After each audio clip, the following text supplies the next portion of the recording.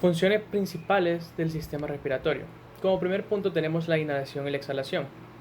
En esta, la inhalación y exhalación es prácticamente ventilación pulmonar. El aire se inhala a través de las cavidades nasales orales y se mueven a través de la faringe, la laringe y la tráquea hacia los pulmones. Luego, el aire se exhala fluyendo de vuelta por el mismo camino, y los cambios en el volumen y la presión del aire en los pulmones desencadenan la ventilación pulmonar. Como segundo punto tenemos la respiración externa. Dentro de los pulmones, el oxígeno se intercambia por desechos de dióxido de carbono a través del proceso llamado respiración externa. Este proceso respiratorio se lleva a cabo a través de cientos de millones de sacos microscópicos llamados veolos. El oxígeno del aire inhalado se difunde desde los veolos hacia los capilares pulmonares que lo rodean. Se unen a las moléculas de hemoglobina en los glóbulos rojos y se bombea a través del torrente sanguíneo. Mientras tanto, el dióxido de carbono de la sangre se desoxigena, se difunde desde los capilares hacia los veolos y se expulsa a través de la exhalación. Como tercer punto, y uno también muy importante, es que el aire que vibra las cuerdas vocales. Esa es otra función principal. La fonación es la creación de sonidos por estructuras en el tracto respiratorio superior del sistema respiratorio. Durante la exhalación, el aire pasa a los pulmones a través de la laringe o caja de la voz. Cuando hablamos, los músculos de la laringe mueven los cartílagos aritenoides. Los cartílagos aritenoides empujan las cuerdas vocales juntas. Cuando los cables se juntan, el aire que pasa entre ellos lo hace vibrar y crea un sonido. Como último punto tenemos la olfacción. Esa es otra función principal del sistema respiratorio. El proceso del olfato comienza con fibras olfativas que recubren las cavidades nasales dentro de la nariz. A medida que el aire ingresa a las cavidades, algunos químicos en el aire se unen y activan los receptores del sistema nervioso de los cilios. Este estímulo envía una señal al cerebro, las neuronas toman las señales de la actividad de las cavidades nasales a través de las aberturas en el hueso etmoidal y luego el olfato.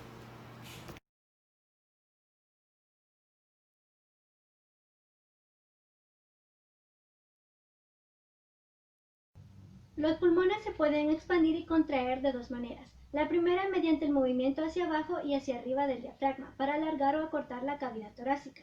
Y dos, mediante la elevación y el descenso de las costillas para aumentar y reducir el diámetro anteroposterior de la cavidad torácica.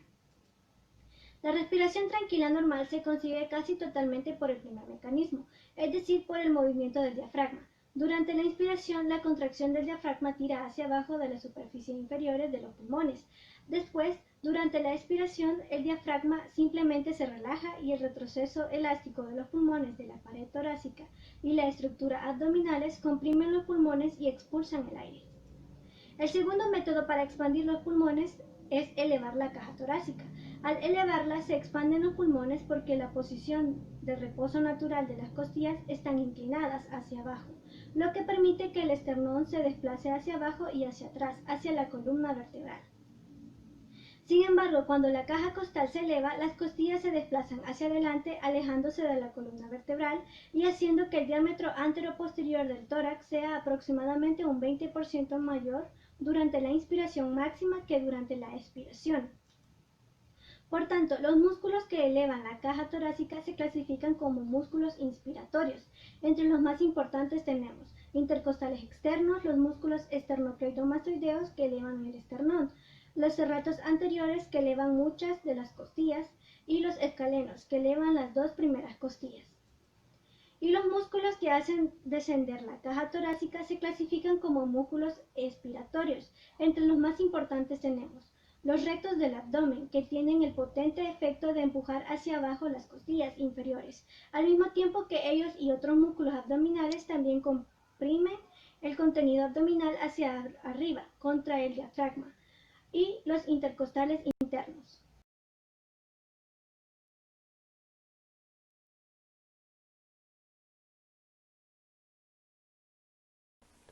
Como punto número 3 les voy a explicar a diferenciar la respiración de la ventilación. La respiración externa es el proceso de intercambio de oxígeno, O2 y dióxido de carbono, CO2, entre la sangre y la atmósfera. Como podemos ver y todos sabemos de que el oxígeno nosotros lo aspiramos y nosotros sacamos de nuestro cuerpo el dióxido de carbono, que es el que sintetizan las plantas. Y la ventilación es algo un poco diferente, ya que es la ventilación pulmonar o intercambio de aire entre la atmósfera y los alvéolos pulmonares mediante la inspiración, que es la entrada de aire por las vías respiratorias, y la expiración, que es la salida de aire por las vías respiratorias. Y eso es básicamente todo. Describa los volúmenes y capacidades pulmonares. Los volúmenes pulmonares, que corresponden a la cantidad de aire que entra durante la inspiración y la cantidad de aire que sale durante la expiración de los pulmones. Tenemos el volumen corriente, que en la gráfica se puede ver que es el segmento que está coloreado de amarillo. Este es aproximadamente 500 ml en el hombre adulto sano. Y ahí podemos ver las ondas. La parte ascendente de la onda representa la inspiración y la parte descendente la expiración. Este volumen se da más que todo cuando la persona está en reposo, tranquila, sin hacer una actividad extenuante y sin forzar la inspiración o expiración. De ahí tenemos el volumen de reserva inspiratorio, que son aproximadamente 3000 ml extra de aire que la persona puede ingresar a los pulmones, y este es el segmento rosado. Aquí podemos decir que este se da durante la inspiración forzada del aire. De ahí está la reserva expiratoria, que es aproximadamente de 1100 ml y está en la gráfica de un color azul. Aquí podemos ver que es la cantidad de aire que sale de los pulmones durante la expiración de manera forzada. Y por último tenemos el volumen residual. Este es el volumen que se va a mantener dentro de los pulmones sin importar qué tanto se fuerce la salida del aire, y equivale a 1200 ml. Capacidades pulmonares. Son la combinación de dos o más volúmenes pulmonares. Tenemos 4. La primera es la capacidad inspiratoria, que es la combinación del volumen corriente más el volumen de reserva inspiratorio. Es de aproximadamente 3500 ml. Y aquí lo podemos ver en la gráfica como la combinación del segmento en rosado más el segmento en amarillo. De ahí vemos la capacidad residual funcional, que es la combinación del volumen de reserva expiratorio más el volumen residual. Esa es de aproximadamente 2300 ml. Y aquí podemos verlo como la combinación de los segmentos en azul y en gris. De ahí tenemos la capacidad vital. Esta es la combinación de 3 volúmenes: el volumen de reserva inspiratorio, el volumen de reserva expiratorio y el volumen corriente. Esta es de aproximadamente 4600 ml. En la gráfica lo podemos ver como la combinación de los segmentos rosado, amarillo y azul. De ahí tenemos la capacidad pulmonar total, que es la combinación de la capacidad vital más el volumen residual. Y esta es de aproximadamente 5800 ml.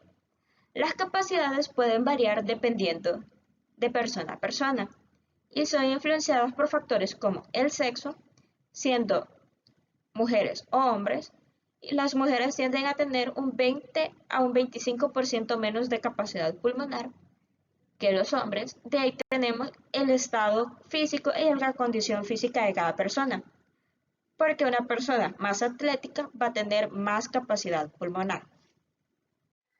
Definir los conceptos de ventilación minuto y espacio muerto.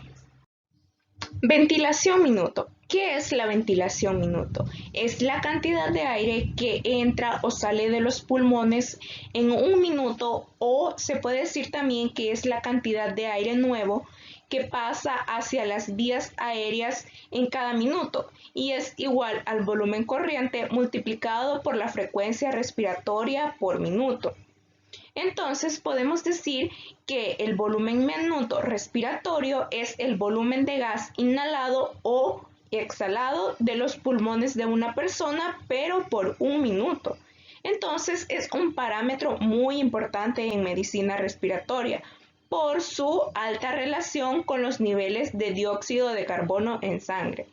En conclusión, podemos decir que la ventilación minuto o total es la cantidad de aire que entra o sale de los pulmones en un minuto. O sea, la cantidad de aire que penetra los pulmones en un minuto, y esta es ligeramente superior que la cantidad de aire expirado en un minuto.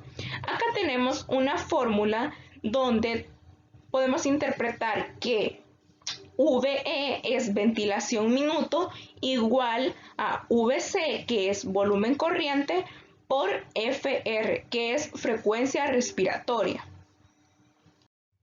Espacio muerto.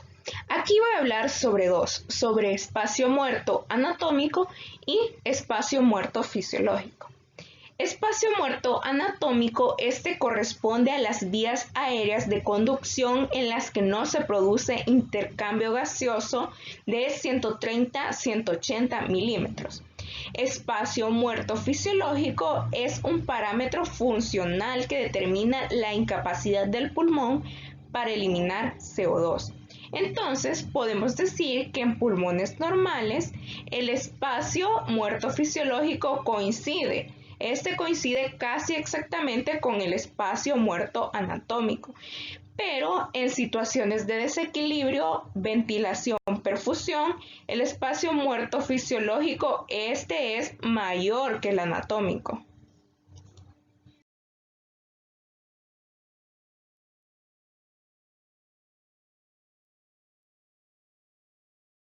En el punto 6 vamos a describir las características principales de la espirometría y la aplicación clínica. Empezamos.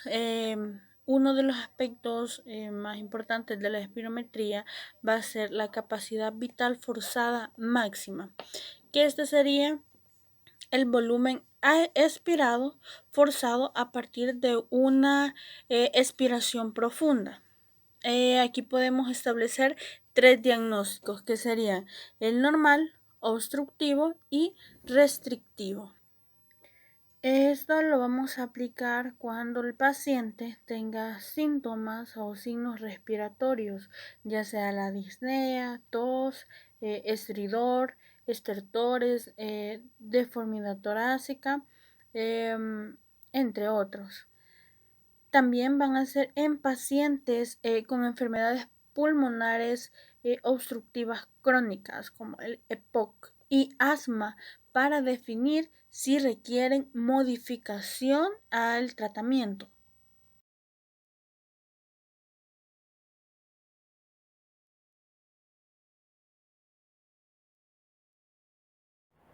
Bueno, en este objetivo vamos a hablar sobre las utilidades y los valores normales del pico flujo. El pico flujo es el valor conseguido durante la maniobra de expiración forzada. Esto se expresa entre litros entre segundo y es muy dependiente del esfuerzo que haga la persona a la hora de la expiración forzada. Este pico flujo tiene varios valores normales dentro de lo normal, dependiendo de la edad, sexo, tamaño de la persona, porque así también va a variar el esfuerzo que va a hacer la persona pues con sus pulmones. Entonces este pico flujo, de las utilidades más importantes es respecto al control que tienen las personas que padecen de asma, también de EPOC y de bronquitis quística. Esta enfermedad nos permite realizar un seguimiento sobre las mejoras o no de un paciente sobre estas enfermedades, lo cual es muy importante para la detección temprana también de algunas complicaciones respiratorias que puedan conseguir respecto al tiempo que tiene la persona de tener esta enfermedad.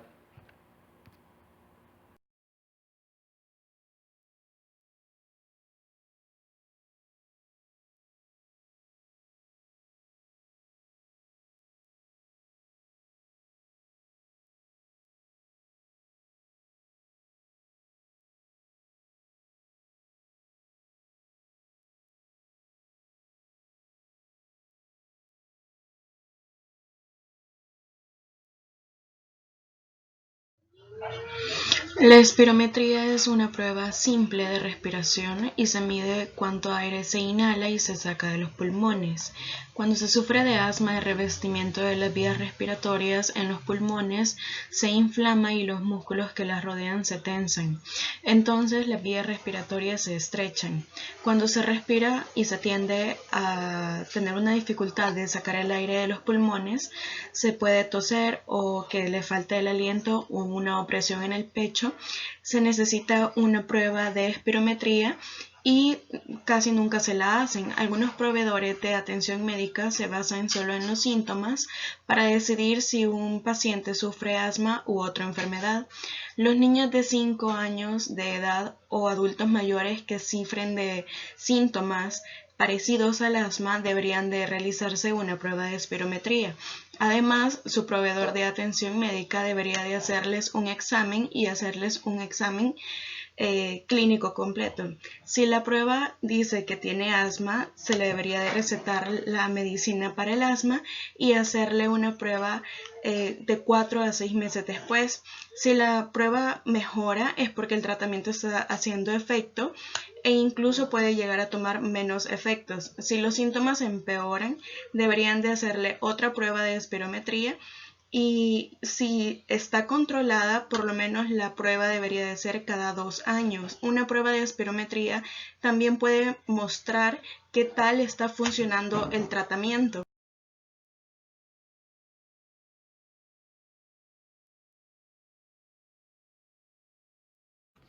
Otra de las patologías que pueden ser determinados por la espirometría es la fibrosis quística.